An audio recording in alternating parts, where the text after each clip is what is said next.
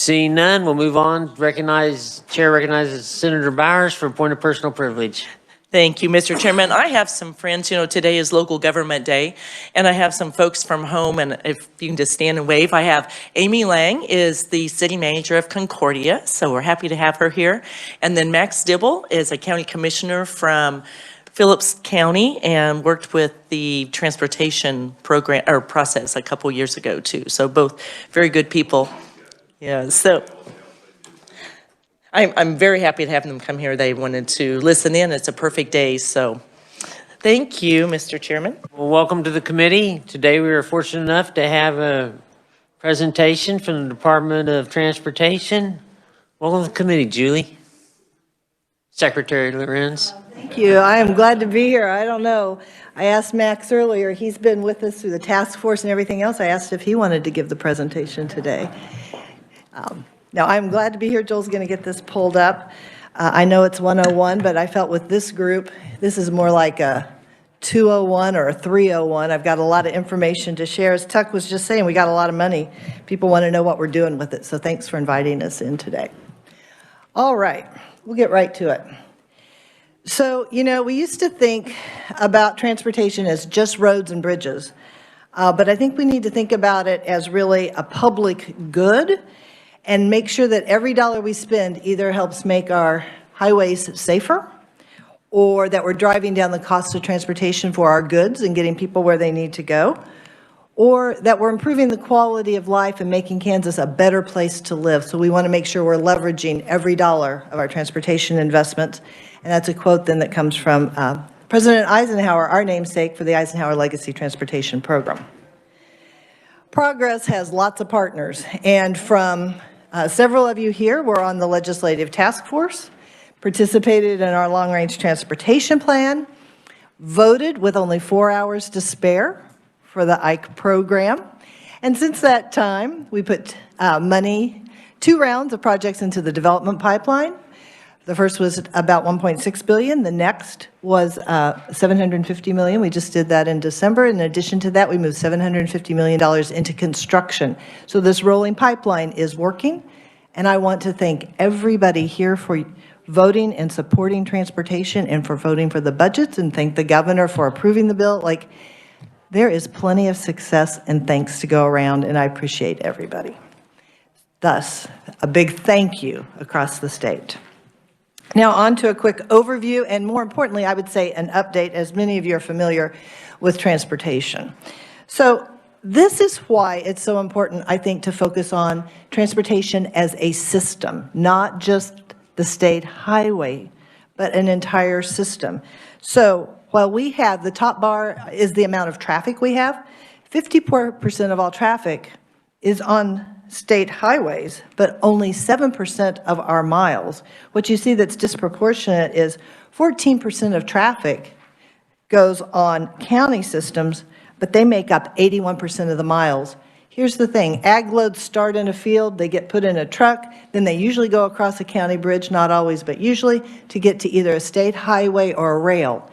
If you can't get to a state highway or a rail line, then you're not having good transportation. So we have to think about cities and counties along with the state, and you'll see the programs that have been put in place under IKE to create this systems approach. Bridge condition is important to note.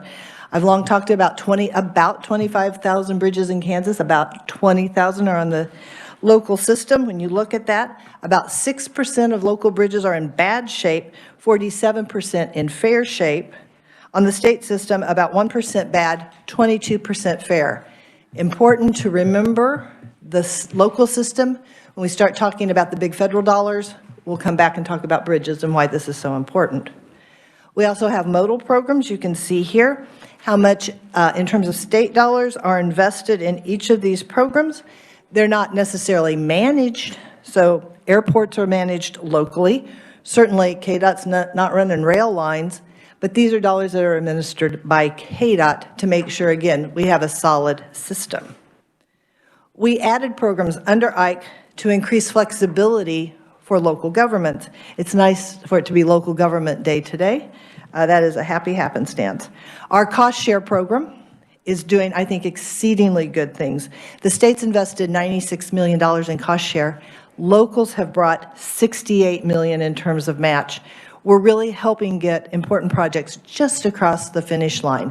We also coach those communities that apply but aren't successful. In our last announcement, about 25% of the awardees had been previous applicants. So we're trying to help folks understand how to apply and how to be successful in the program.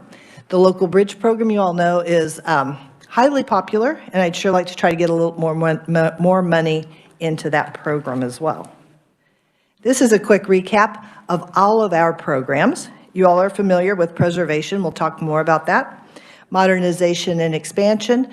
Those programs that we brought forward from T-Works are in blue. Those that are new under Ike are identified in yellow. I'm happy to say that in the first year, in 2020, we were able to stand up all the new programs under Ike despite COVID, and it's a hats off to, I think, both our partners on the private side as well as KDOT folks for getting those stood up. A quick review of how transportation is funded in Kansas. We have a variety of sources, certainly federal funds, motor fuels tax, gas tax, registration fees. We do some bonding. We have sales tax, and those dollars are collectively shared with the Special City County Highway Fund. Per statute, dollars go into the State Highway Fund. There are some ordinary transfers, is what we call those, that go to like the Department of Revenue, Kansas Highway Patrol. Okay, this is a quick update in terms of our revenue sources. Sales tax makes up 33%, motor fuels tax 24%, federal funds 27%. In terms of expenditures, pleased to say construction's at 53%, maintenance at 9%. So that's things like snow, like plowing snow, pothole patching, signs, that sort of thing. Debt service is now at 12%. All right, snow and ice. First year I was here, I remember, really tough. We spent you know these people better than. Oh, I'm curious to hear what the sidebar is.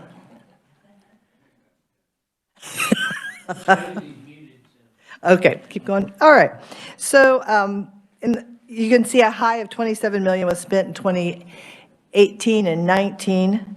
We averaged spending $19 million on snow removal. This year, as you all can well imagine, good news, we're at about $1 million. Coming into this presentation, my note said about $600,000, but we know we just had a storm yesterday and we haven't accounted for those dollars yet. Okay, I talked about the scale of our infrastructure. I've talked about how it's paid for. Now let's talk about the principles we're using to deliver the program. Partnerships, offering people as many options as possible, both in terms of kinds of modes and ways to access the program. And really all of that is focused to solve problems. We use local consult as a method, not our only method, but a primary method to build and maintain relationships. We go out and talk to people every 2 years about their changing needs and what projects they would prioritize. I think what is a testament to the importance of transportation in Kansas is that as we built the Ike program, we talked to about 2,000 Kansans. This year, this fall, when we went out and talked to Kansans again about, well, we've got 2,569 Kansans participated. So interest in transportation remains strong. I've already talked a bit about our rolling program, that we've had 2 selections of projects and one advancement into construction. It's working quite well. We're able to meter work going into construction based on the dollars that we have available. And it has also been important as we put projects in the pipeline to position us to use new federal dollars well. All right, in terms of strong progress, yes. I want to let you know, first of all of the T-Works projects, at least one phase of all T-Works projects have been let. That was both required by Ike, but more importantly, I think we all collectively feel a need to make sure we're delivering on promises. What we've seen is through our real intense focus on safety, we've seen incidents decrease, and more than $1 million last year was saved in decreases in terms of worker comp claims. All the while, construction has gone up 200% in the last 5 years. So we're safer while delivering more work. I'd be quick to point out we couldn't do that alone. It is certainly in partnership with our consultants and contracting partners. I'll come back and talk, but I want to make sure that you understand our first call is on preservation. We're doing that, and you're going to see that in the next bar. Here you can see expenditures. So these are the contracts we have signed. That's what it means when we say we've gone to letting. And you see in 2019 it was $420 million. Last year we signed $980 million. Now, it takes a couple years oftentimes for projects to pay out. You start the work, but it takes you a while to pay all of it off because sometimes it goes across 1 or 2 construction seasons. So these are the actual expenditures or payments for each of those projects, going up from 250 in 2020 to 455, and we'll continue to see those payouts increase. Altogether, as you look forward, so now that was the update. Now we're going to take a look at what we see around the bend. We have some challenges, and we also have some great opportunities. And I love this guy named Thomas Edison, who tells us, come on, we got opportunities, but you know what? Sometimes they're disguised because they're in overalls and it looks like work. We got a lot of work to do. I would tell you, we want to deliver for today's citizens, but also we want to deliver for future generations. The investments that we're making right now should last us 20, 50, 70 years. So it isn't just work for today, it's work for tomorrow. Our key challenges you see here: workforce, safety, and inflation. And I'll talk a bit about what the challenges are and how we're trying to address some of those. First, workforce. Okay, it is not a KDOT problem. It's not a state of Kansas problem. It's a U.S., it's nationwide. We all know there's a workforce shortage. What you see here is that over the last 5 years, our workforce has decreased by 6%. What you also know is that construction's gone up by 200%. I want to say that I very much appreciate, I was in Representative Francis's budget subcommittee 2 days ago. He's looking at salaries. Saw Senator Billinger out in the hall. I know that there is concern across the legislature, across the governor, about how we make sure we keep both a full workforce and a well-educated workforce. So I appreciate anything that you all can do to help us recruit and retain a workforce, because we have to have people to get the work done. We have 60% fewer inspectors now than we did in 2011. And this is sort of the most eye-popping number, I think, in terms of workforce. We know we need 200 more inspectors this year for the amount of work we intend to do. Now, we can do that by reaching out to the private sector. We can do that by changing some business practices. But at the end of the day, in a fiduciary responsibility sort of way, we need people at KDOT to be able to review the work ultimately. So we have got to figure out a way to hire some more people. Okay. Where we see the biggest challenge in this inspection sort of thing and in other areas is in this preservation program. So we're looking to change some of our business practices. We're not doing it solo. We've gone out, we're talking with contractors, we've got a work group with them and with consultants as well. I'm telling you, some of these are pretty easy things to think about. Some of them get a little harder. The first one, we used to require the name of every inspector that was proposed. Well, it is too hard to say, you know, in 3 months from now, we know specifically that Senator Bowers is going to be available. So now we simply say you have to have a certified, competent inspector. You no longer have to name them individually. That one wasn't too hard. Where it starts getting a little harder is in, for example, identifying our schedule. We used to say, all right, we know next year, we would tell you between October and January what work we have coming up in the year. It will be easier for contractors to plan their work and find workforce if we can bump that up to identifying that in July through October. It means we have to accelerate our processes, but we plan to do that this year. We also can do a better job of bundling inspection services. These aren't projects, but the inspection piece. So if we can say, hey, in Northwest Kansas, we're going to have 15 projects, it's easier for the private sector to then mobilize for a bundle of those projects to inspect instead of one-offs. So again, changing business practices.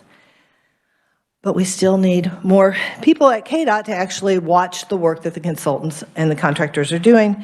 And today, our inspectors make less in real dollars than they did in the 1990s.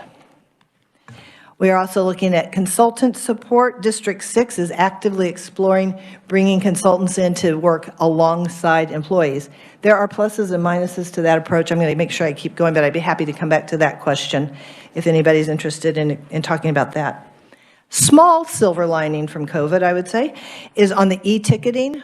We kept construction going through COVID. One of the things we did is we went to electronic ticketing, so like literally the guy driving the truck with materials doesn't have to hand a ticket physically to inspector. We're doing that electronically. Other states were already doing it. It's just a modernization automation thing. We're moving to that. We're also working with our partners at FHWA, the feds, to look at more of a risk-based inspection strategy, deeper inspections for the riskier projects, less inspection for those that are not risky. Again, not a new thing. Other states are doing it. We're just moving in that direction.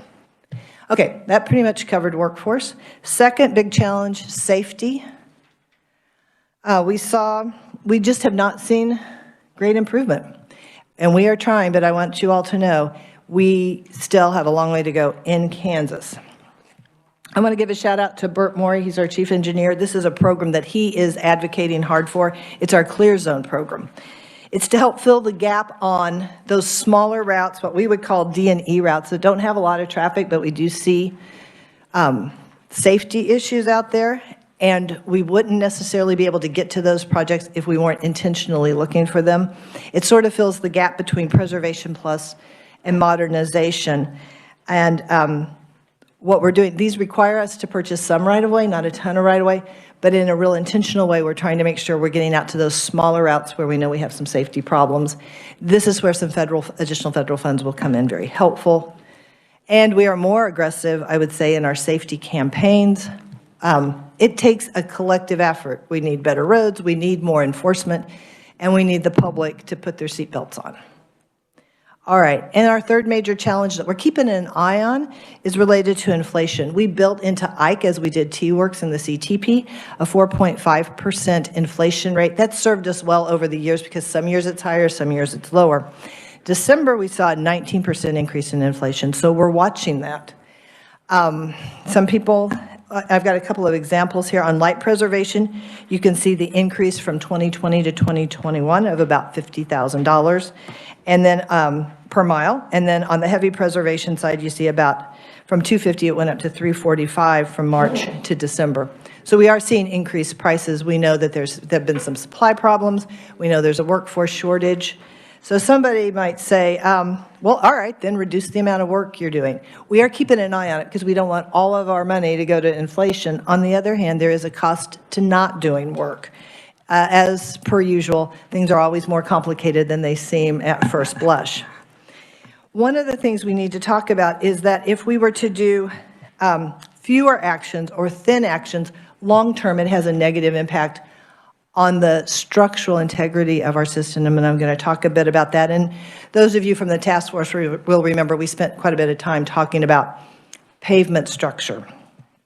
So you can see here that we do basically three kinds of actions: a thin overlay that costs 1x, rehab that costs 2x's, and then when you do heavier actions, they cost 3 and 4 times that amount. And we can rightfully expect a different amount of life, if you will, based on if it's medium, light, or heavy. Also, there is a difference between asphalt and concrete and how long it lasts and how much it costs. So one way to think about pavement health, so we have about 10,000, and I'm using round numbers, okay, because it's just a lot easier if we go round. So we have about 10,000 miles of highway. Every year, you lose 1 year of life. So to stay even, we need to add 10,000 miles of one life, right? That's kind of how that math works. That's what you would just generally say. So in 2021, which was just the year we completed, I'm glad to tell you, by having additional Ike funds, we were able to add about 10,500 life years into the pavement. That would hold us steady. It's what we want to do. However, the problem is that previous years, we weren't investing at that level. So, for example, in 2017, we only put in about 6,000 years. So we're digging out of the ditch, essentially, is what that means. This is what it looks like in a different view. And you can see that yellow line would be if we were holding even. So there were years in Kansas where we invested more and we had more life. But you can also see there have been years where we declined. You can see at the end here, we're starting to bend that curve up a little bit, but we started in a negative place in 2020, so that's what we're trying to recover from. So another way to think about this measure, this pavement health, is it's like a grade card. Well, Senator, it's a grade card, but here's the thing. We don't give you a grade. We just say it's getting better or worse. So maybe you're a B student and you're going to an A, or maybe you are like an F student and you're going to a C. It just gives you a directional sense. It doesn't tell you what your grade is. That was the problem with the pavement health measure that KDOT was using, even with the task force, and even that last year. Now, the feds require us to report pavement. All they do is look at the surface. I don't blame them because they had to get all 50 states to agree to one measure, and they got it done. What the federal measure would show, because it's only on the surface, is that it looks like our pavement's getting better on the surface. But remember, we were taking light actions and not heavy actions. And you may recall when we were in Olathe, because I remember when Larry Thompson got up and talked about this, because I thought it was just finally we were able to figure out a way to like communicate, I think, well, is that the pavement, you know, that road on the left is beautiful. It's dark pavement, it's got bright stripes, it's nice and smooth. You drive on it, you're like, this is a good highway. This is the core from that very highway, and you can see underneath, it's crumbling. I remember one person from that meeting said, bad to the core. That's how, but that's sort of how it works. I mean, it's not rocket science. It's concrete, and it's asphalt, and it's just Mother Nature, and all that comes together. So I am pleased today, Senator Peterson, particularly for you, because I know you really get into this stuff. We finally, this is big news, we finally have a measure that can get to the subsurface. And it was required under Ike. I can't tell you, this is a big day in transportation. If you're a transportation nerd in Kansas, big day.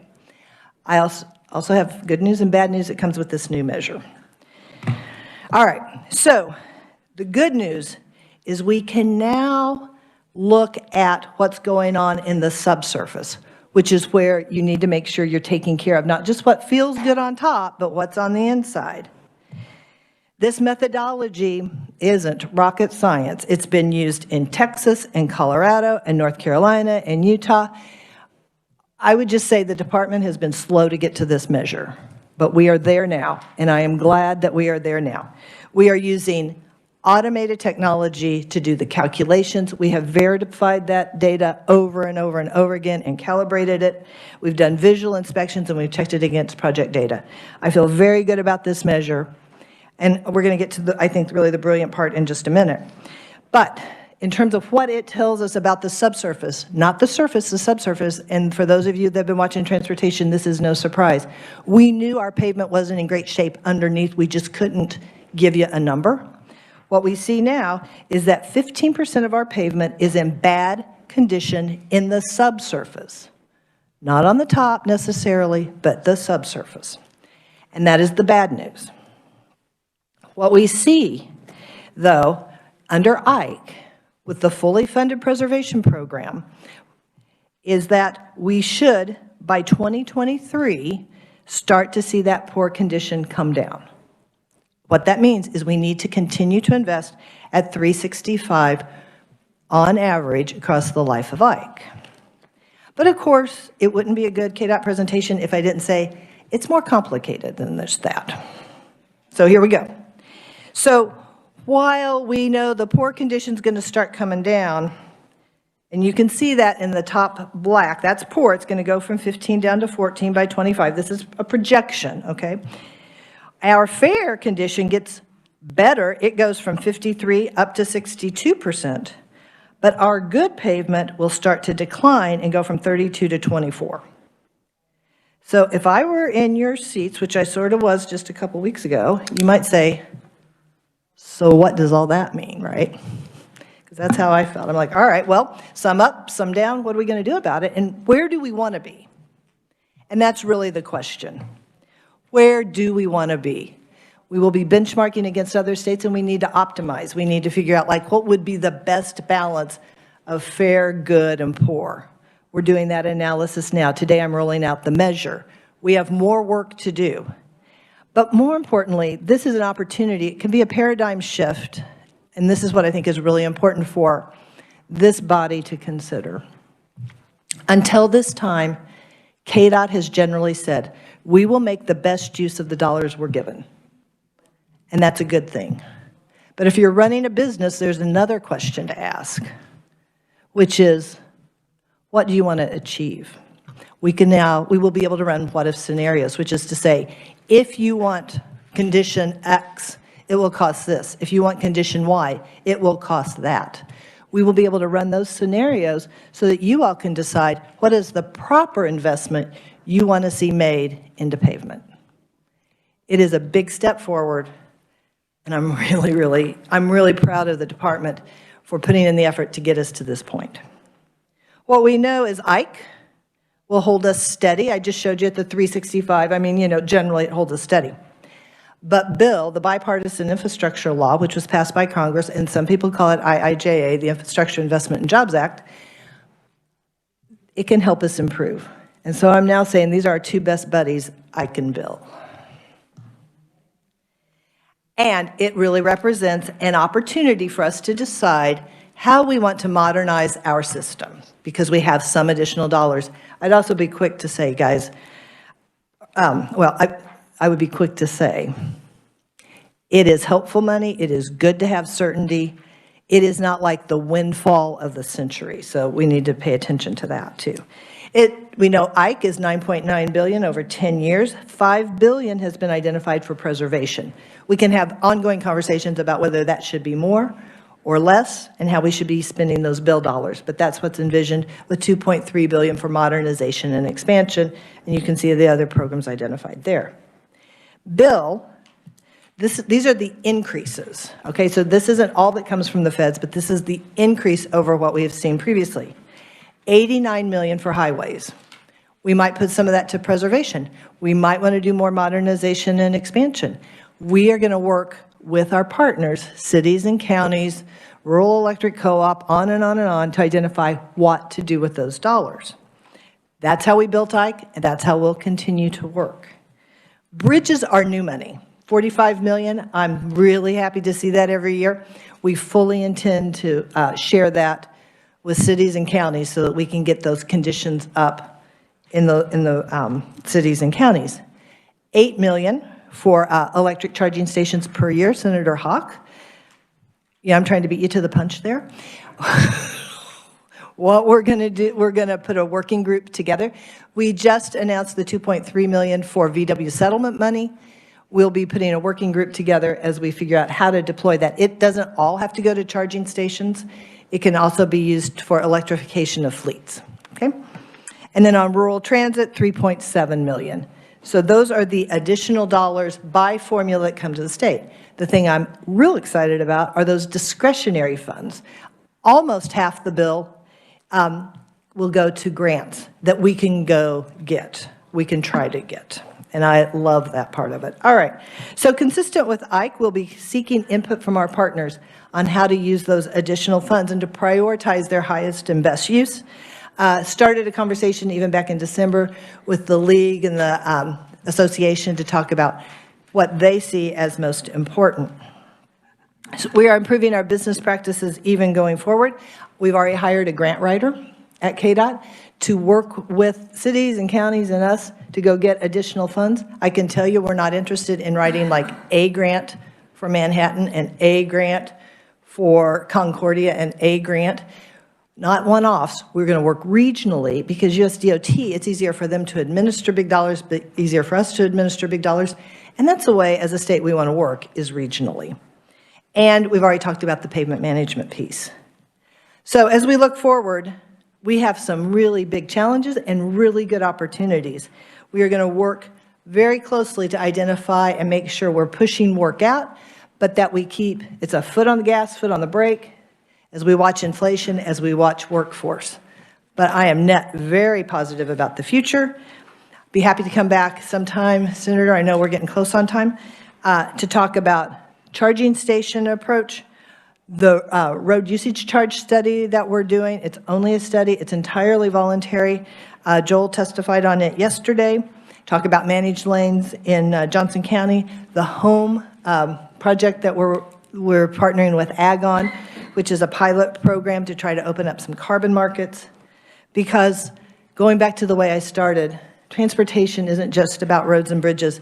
It's about creating a place for Kansans to live safely and have a good economy, so that not just, as our little local consult groupie, MJ, would say, it's so that we have a place to thrive and put down roots. So with that, I'm happy to take any questions. Any questions? Senator Hawk. Thank you, Mr. Chairman.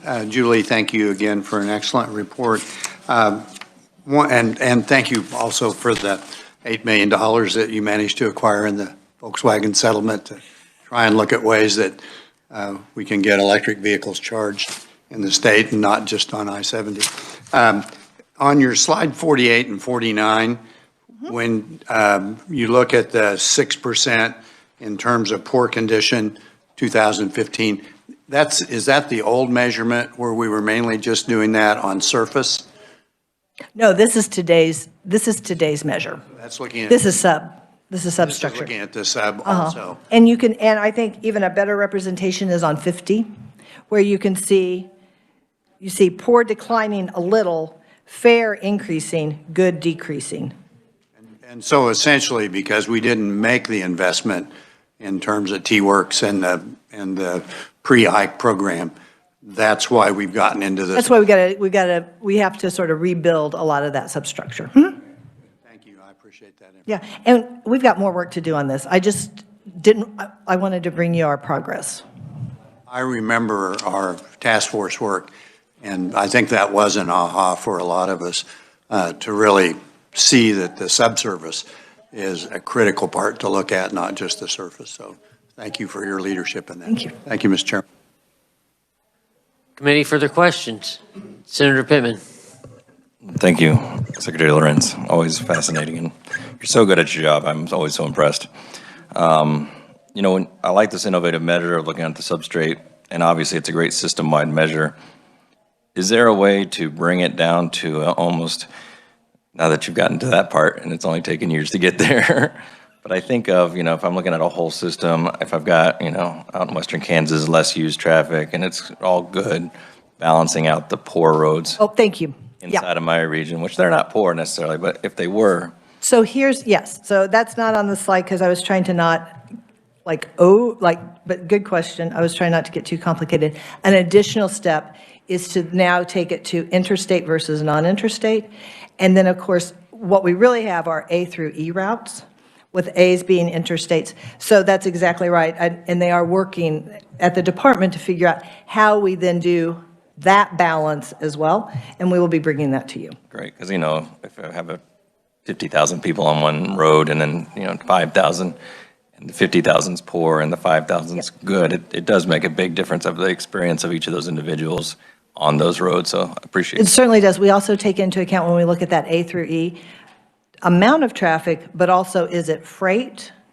And because that's also important. So you might have a not as much traffic, which is a heavily used freight route. So we take freight into account as well. Committee, further questions? Senator Cluse. Thank you, Mr. Chairman, and thank you again for the wealth of information. It's 60 pages.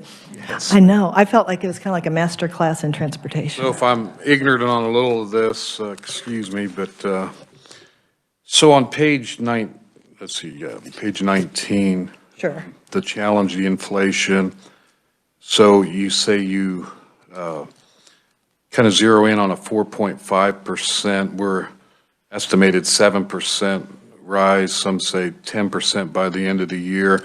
Can you explain this 19% in light of that? And I wasn't quite following putting some of the projects on hold is what you were saying? No, we don't want to, but we are watching it, is what I would say. That's, so historically, we've used 4.5. So when you build a 10-year program, you know Some years are going to be up, some will be down. We found 4.5 to sort of cover all of it. So that's what we built Icon was 4.5. We want to keep pushing work out because we know we need to rebuild the substructure, and every year you don't do that, you're taking life off. But we also don't want to spend tax money chasing inflation. So what my message to you is, we see high inflation, we're going to keep an eye on it. There may come a day where we're like, we need to ratchet back our lettings. We're not there yet. We're hopeful that we start to see those prices come down. So my real message to you is, I'm worrying out loud with you. Yeah, I mean, because we could see that double, and that could turn into a concern. So we don't, over 10 years, we're not going to worry about 6 months so much. But if that continues, we may have to think about pulling back a little bit. So that's what we're watching. Thank you. Senator Bowers. Thank you, Mr. Chairman. First, a comment. I wanted to let you know, I really appreciate the responsiveness of your staff whenever we have road complaints at home, either your engineers or your staff here, even with you in the audience today, is very, very quick to help us. So that's a good comment. I'm very happy to work with your folks. December 15th storm, the big windstorm across the state, you had a lot of sign damage, I've noticed, from western Kansas all the way to Topeka. Can you tell us expense that, or have you estimated expense? We need to find, I don't have that number. It was awful. Burton and I went to Hayes that following Monday, all over the place. Just and because we don't have full crews, they're working at it as they can get to it.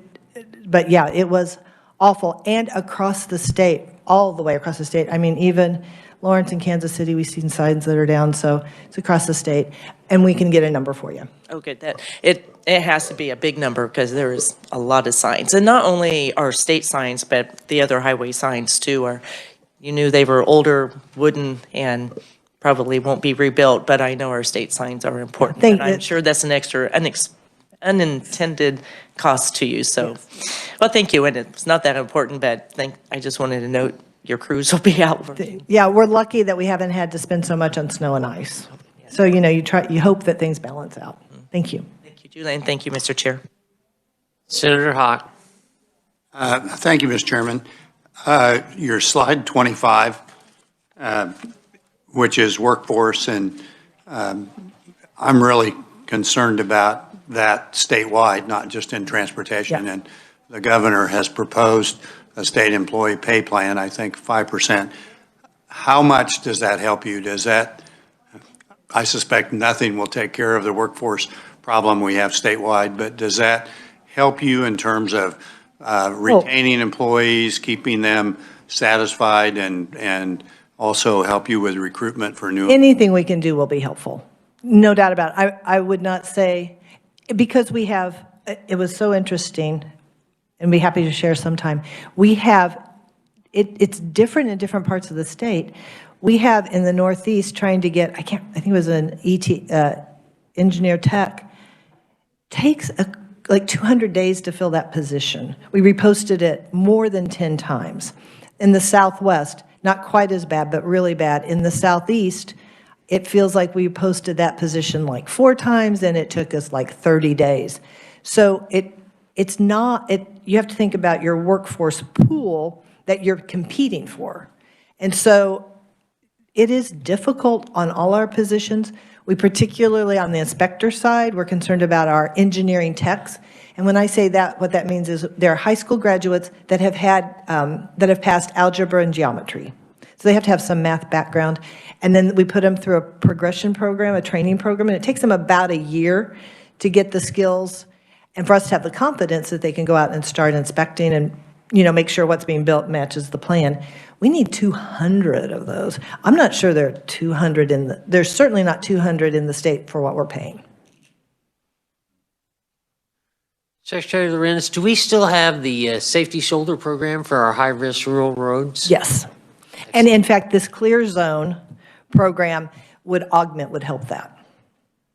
Appreciate the fact. I hate seeing those reports where it's right tire off, overcorrect, rollover. I mean, we've seen that over and over and over in a lot of accident reports. And I believe just even that safety, so that little 45-degree slope makes a huge difference. Yep, Thank you. absolutely. Committee, further questions? Senator Hawk, you got the last question. Well, thank you. I'm just, I want to ask about the difference between the rural airports and the ones like in my community that get more federal funds and don't qualify. But I'll save the answer for that later because I don't think it applies to other people. I just wanted to make sure they didn't get away before I caught them after the meeting to ask that. Okay. Well, if we have time, Mr. Chairman, I don't want to take anybody else's. So could you explain to me what the difference is when some of our medium-sized communities, I don't think they qualify for the money we put into our public use airports, so there's a difference. And are our airports adequately funded so that people can get life flighted out and some of the things? So I'll have Bob Brock get you specifics. The answer is we've seen great improvement under T-Works and now in terms of life flight and being able, so that's our first call for the CAPE, the Kansas Airport Improvement Program. So we have made good progress there. And Bob can get you the specifics on that. And our medium-sized communities don't really qualify for this money, right? They get direct. But they get direct federal, and there is additional money in bill for aviation. I know in my community, we have some, because of Fort Riley, we have some work that absolutely needs to be done, and I think we did get some federal money. Yeah. So appreciate the work on our rural airports. Thank you. It's important. Thank you. Thank you very much. This is a great presentation. We'll try and be out of here on time. I know we have a meeting coming in behind us. Okay. Thank you. That committee, we are adjourned, and we do intend to possibly work a bill tomorrow.